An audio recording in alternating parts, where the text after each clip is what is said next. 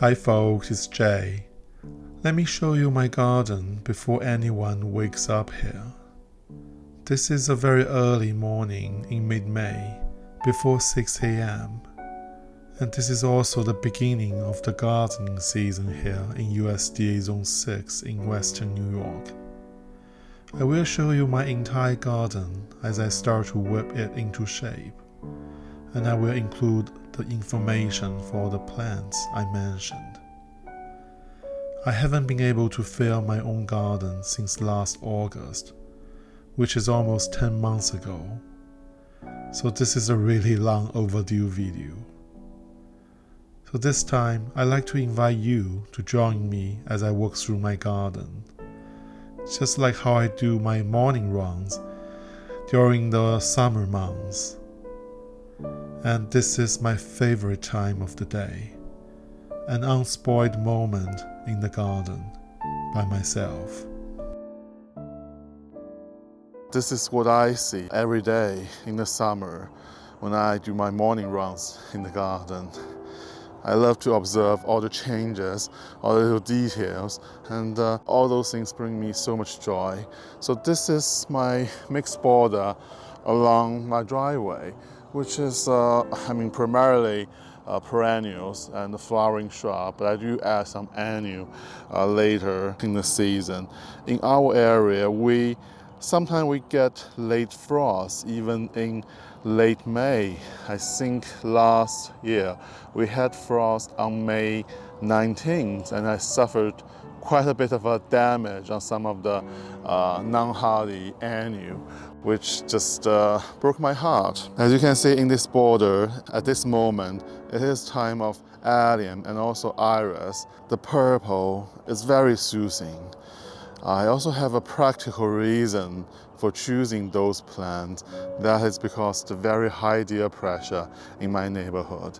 And the deers, they never touch the alliums and also the irises. So that's why they survive year after year. And without fail, every May, they come up with this extraordinary quality of vitality. It just reminds me of the value of resilience. And I wish I can show you the red bud in full bloom, but their buds just kind of faded and the leaf came out. And I love red bud, not only because they are native variety of specimen tree, but also because they provide so much ornamental interest in the garden. In very early spring, they have this tiny pink flower all over them. Then we get this heart-shaped leaf, which is just so exquisite. And those leaves will turn to a bright yellow color in autumn, adding another dimension of color and texture in your garden. At the corner of the entrance of my drive, every year I place this large ceramic square container with the pink mandevilla, and it's surrounded by an epitaph. So I just love this bluish purple and pink combination. All my neighbors enjoy seeing me putting out the planter with the flower. It's a reminder for everyone that the garden season has already begun. Along the drive, I have a few shrubs I think that perform very well in my area. This is a Chardonnay pear. They have this very tiny white flower accompanied by this chartreuse foliage, and the leaf retain the color very well throughout the summer. Right next to it, we have a hybrid magnolia. I believe this is Southern Magnolia Jane. They have this huge pale pink flower coming up every spring without fail. I started walking in the garden from early May, I guess, and it has been a work in progress. But I enjoy seeing the garden changes every day. Let's get closer. Look at all the buds on the iris. Profusion of bloom very soon. And also the allium, even when they fade, they still stay in a pretty vertical shape or position, I guess. And I have seen many gardeners spray paint the flower head of the faded allium with maybe white or different color and keep them in the bed, which just add another kind of a whimsical touches. Everything in this mixed border, they're juglone resistant because right next to it, on the other side of the driveway, in my neighbor's yard, there are quite a few of huge black walnut, which produce the chemical juglone, and they would really prevent gardeners from growing many things. But everything in this border, they have survived the intense juglone. Well, let me show you the Vagila. So there's an interesting story behind this Vagila. I planted this Vagila maybe 10 years ago at another corner of my yard. It didn't really thrive. I was thinking remove it or throw it away. So I dug it out from that location and I placed it right here by the power pole, and I forgot about that. After a few weeks, it rooted from the ground without being planted. So I just let it stay here. And I guess this is the spot this particular Vagila prefer. It has been flowering so prolifically, and the hummingbirds absolutely love it.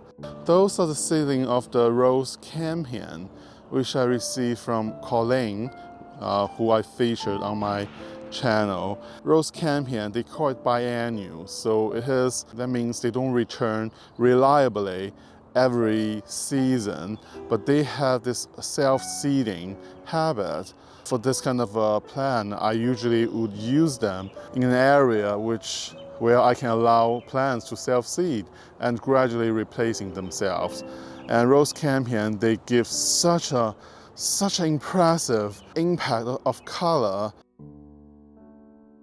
So I have been working on my containers with all the mandevilla and also all the filler plants that I got. And you see I have an insane amount of containers and also plants on my driveway. My friends, they make fun of me saying I'm just like a gypsy camping out on the driveway every summer. So those are the remaining mandevilla. I haven't got around to plant. The majority of the 150 mandevilla are already in containers. And I try to stick to a few of the reliably performer, for the annuals in my garden, but I also like to experiment things. So for example, for this year, I'm pairing the mandevilla with the dichondra in this square concrete planter. This is a Kusa dogwood. It's setting buds. They're going to get much bigger and also turn to a white color over time.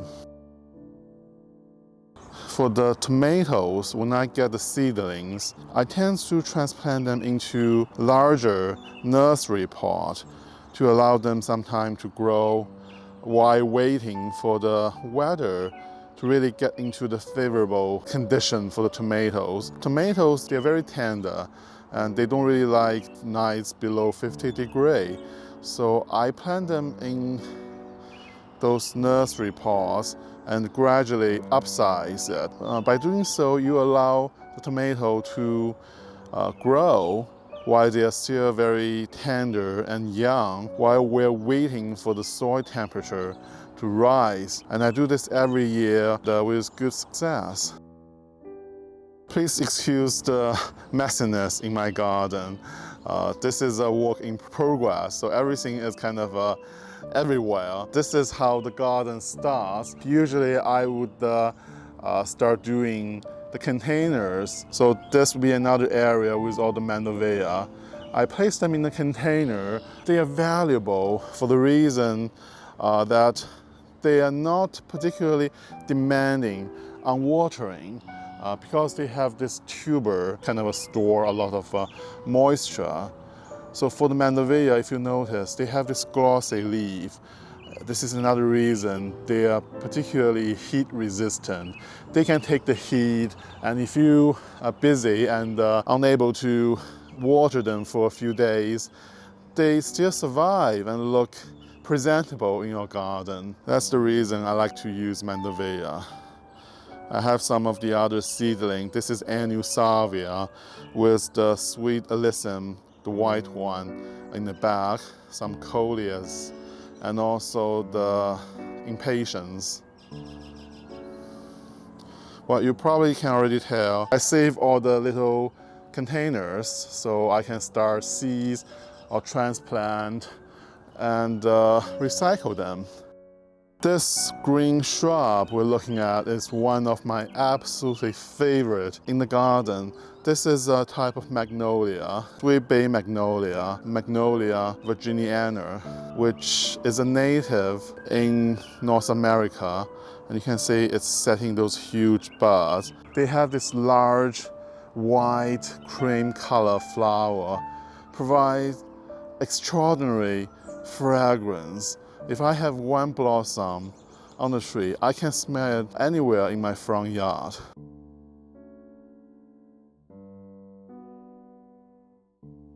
But I also have some failure in the garden this past winter. For example, look at this Japanese maple. Has been here for 5-6 years, and this past winter it suffered a significant setback. So the majority of the tree, more than half, died. You see on the left half, it didn't have any leaf at all, but it's still alive. Look at the right section. Yeah, so Japanese maple, they're beautiful, but they're kind of a little delicate. If we have a harsh winter, especially with the very damaging wind, they tend to suffer this kind of a dieback.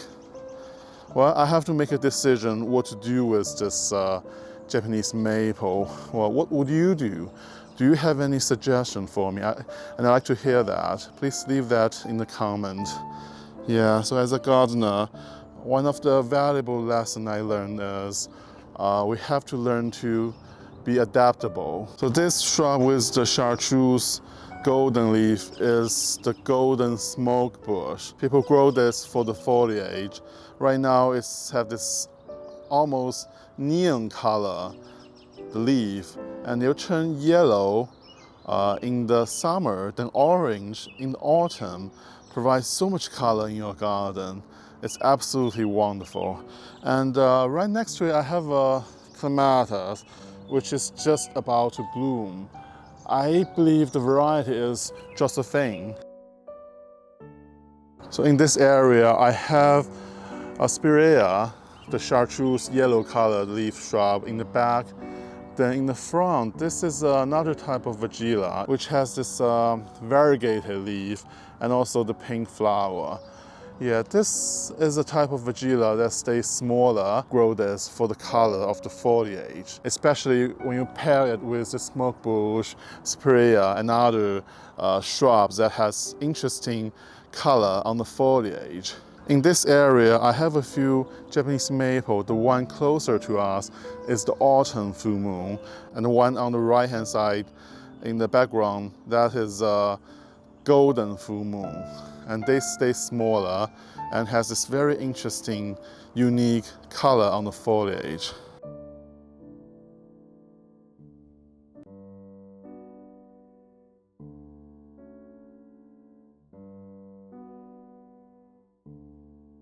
This is the flower of the sweet bay magnolia, the white cream flower with extraordinarily sweet scent, which kind of reminds me of gardenia, which we cannot grow in Zone 6.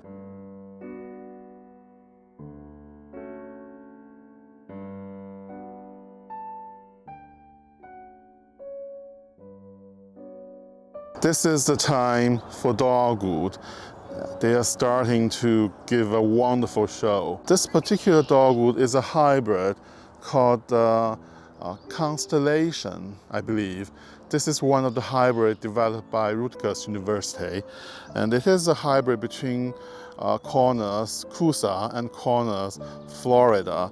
So it kind of shows the characteristic from both variety.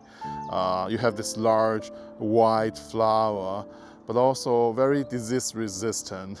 I think it is a very fitting name for this variety, the Constellation. All those star-shaped flowers cover the entire tree. What's special about the dogwood is those white petals, they are not real flower petals. It's a special type of bracket, like a special leaf. So that's why they stay on in this shape and also this color for a very, very long time. And for us, that's give us extra time for enjoyment, for the ornamental value. This is a ginkgo biloba, also called maidenhair tree. They have this unique fan-shaped leaf, which will turn to a golden color in the autumn. All the leaves would drop from the tree within 1 or 2 days when the temperature is ready, and creating a golden carpet. So let's move to the side yard and let me show you another dogwood. As you can see, this variety bloomed a little earlier. This variety of dogwood is called Cherokee Princess. It has this kind of a pale pink color. Pink dogwood is just so lovely in the garden, and the color is so cheerful. I have the clematis climbing on the arbor, which is about to set buds. And those two are the purple hybrid variety.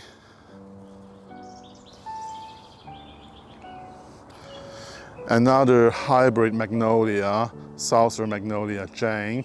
So I planted this one at the same time with the one at the entrance of my driveway.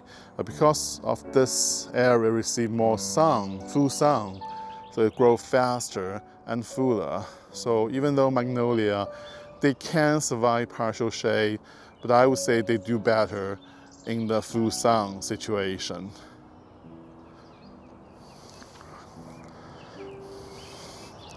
This is the area where I put all my cornflower and let them self-hybridize and also self-seed. By doing so, they can replace themselves gradually, becoming a cornflower patch.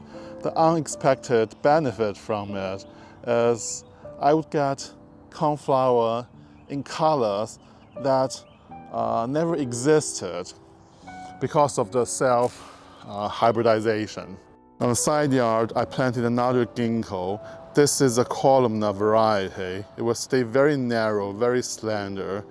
I choose this variety for this location because it's kind of close to my neighbor, and I don't want the tree to become an issue for anyone in the future. So this variety will only get maybe 6 to 8 feet wide at maturity, which is ideal for a narrow space.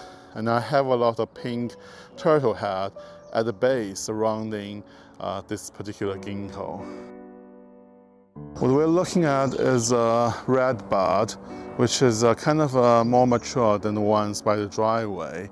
As you can see, it has many seed pods hanging from the branches. Red bud also has a self-seeding habit, so sometimes I will find baby red bud seedlings in my garden, which I can probably transplant.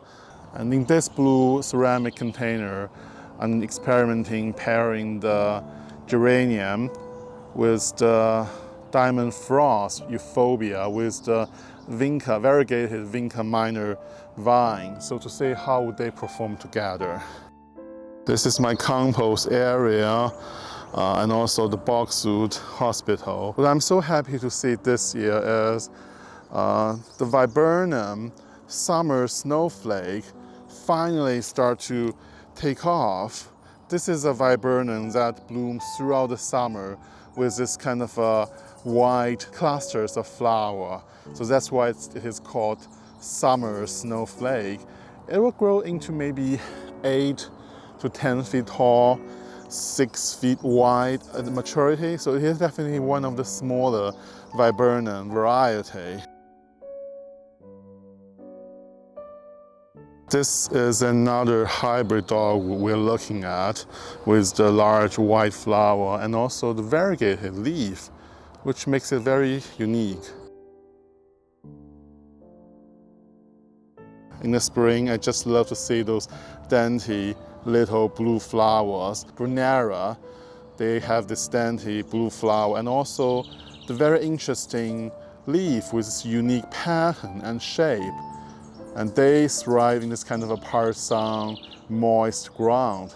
And we don't get many flowers bloom this early in the color of blue.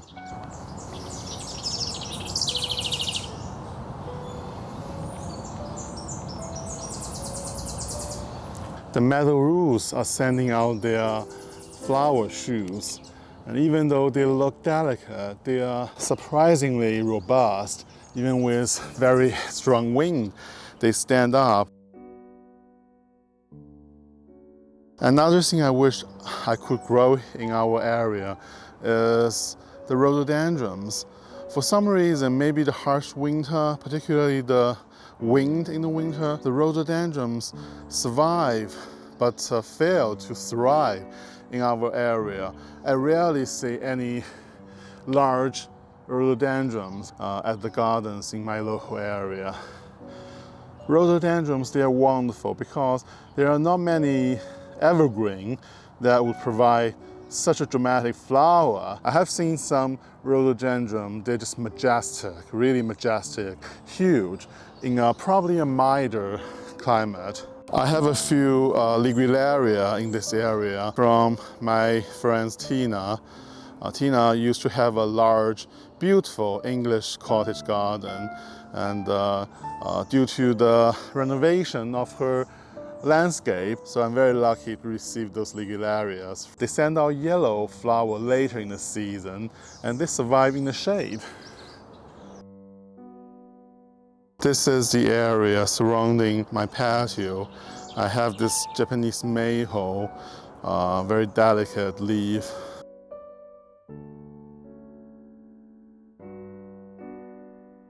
And then we're looking at another magnolia on the right.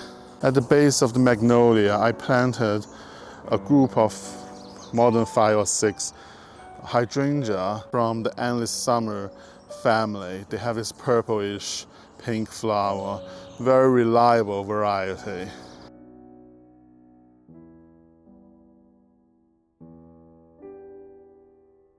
This is another meadow. I received this one as a seedling from a wonderful gardener, Barb and Dave Whittemore. They have an amazing garden, which I'm hoping I can film sometime this season.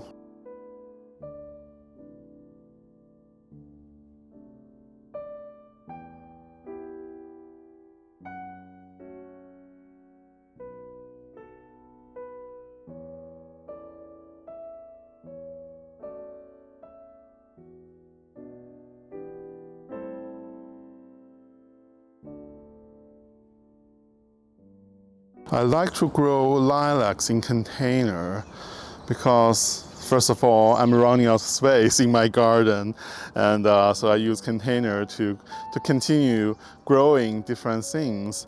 The other reason is lilac, they have a pretty brief blooming time window. When they are in full bloom, I move them closer to the patio or to the door so I can enjoy the fragrance.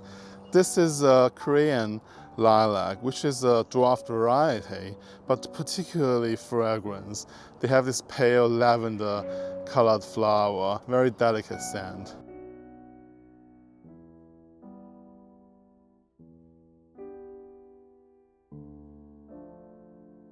Another failure I had over the past few years with the hillcross coral bell. So I used to have many coral bell in this area, but they kind of suffer in the winter, and they get smaller and smaller, and they dried up over the winter every year.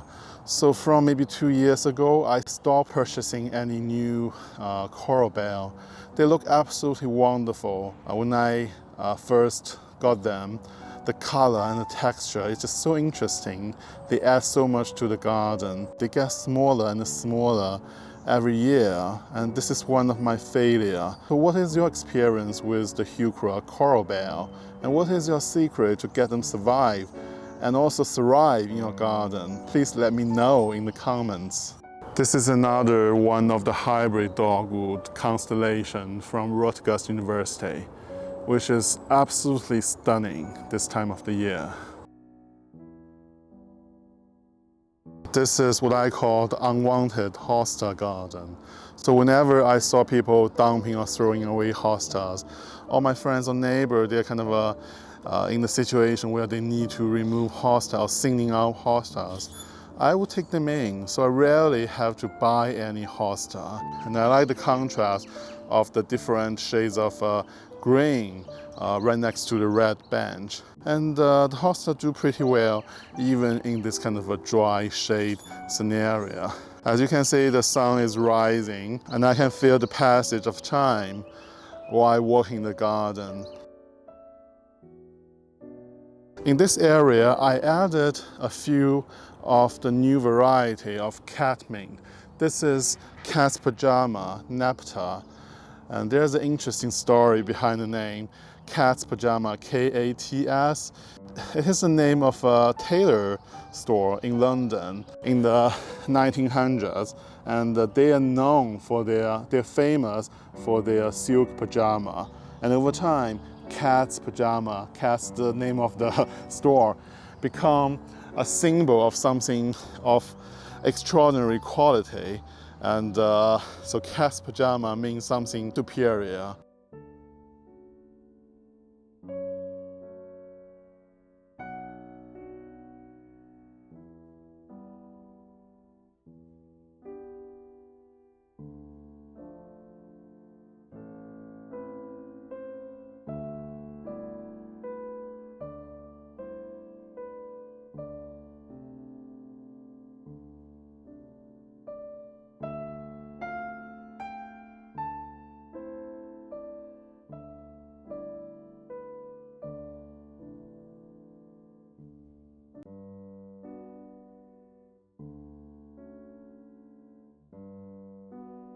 In addition to the mandevilla, I still have a few things that I have to plant.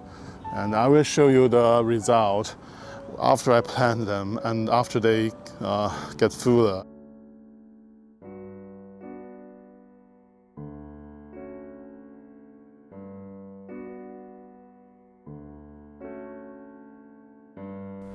As we get into the gardening season, I probably will have to slow down a little bit with the video editing and the posting. Since on top of maintaining my own garden, I want to spend more time visiting and filming other people's gardens, especially gardens I have never been to, so I can share with you later this year. But I do intend to post new videos every month. Let me know in the comments if any particular topics or questions for the gardeners you want to know. I value every input and feedback you shared with me. This is my whispers in the garden. See you next time.